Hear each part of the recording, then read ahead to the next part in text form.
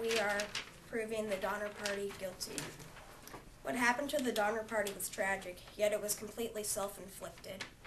They had the choice to choose to go down the trail that was unexplored and completely new. They were told not to go, but they decided not to listen.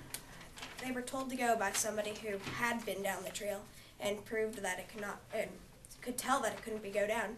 But instead they decided to listen to somebody who hadn't been down the trail and just told them to go down.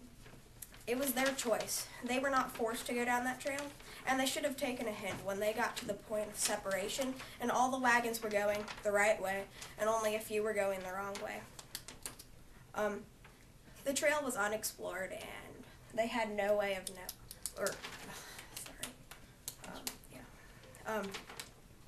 it was their choice to go down an unexplored trail that no one had known about until recently, which was discovered by somebody who had never had never gone down the trail. It was their choice to follow advice of someone that didn't know what they were talking about.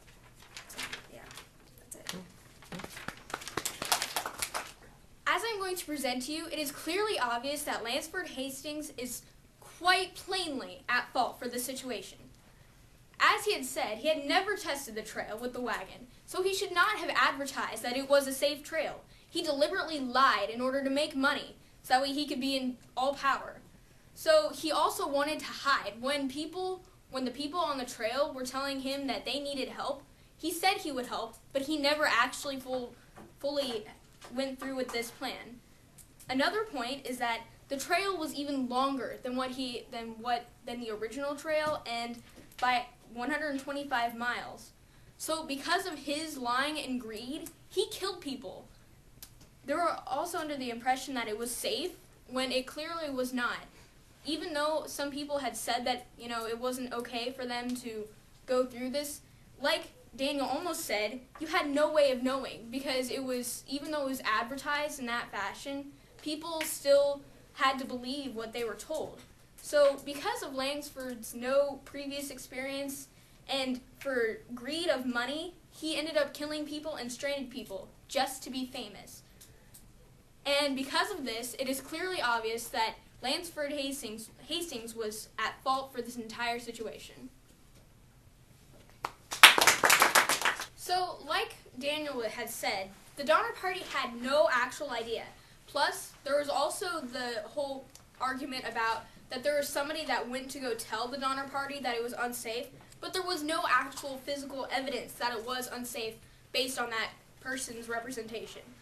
Also, another point is that trust in the upper class, which would be Lansford Hastings' decision, it would be natural for the Donner Party to trust somebody who is learned and is a lawyer and should know what he's doing, but obviously was not. So that's another part that was really bad for him because he was leading a bunch of naive, trusting people into this complete misery.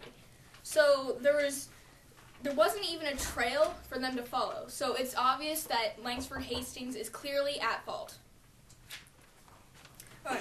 My opponent mentioned that Hastings was not a reliable source for the Donners to choose, but at no point had Hastings made the decision for the Donner Party that they were to go down that trail. It was completely their choice. And the trail was actually reliable. They got stuck due to one day, but the storms came 3 weeks early that week. So if the storms had not come early, they would have made it across just fine. They had a choice. Lansford Hastings at no point made the choice for the Donner Party to go down his path. My opponent also mentioned that Lansford Hastings refused to help them, but at that point they were doomed. There was no turning back, and they were doomed either way.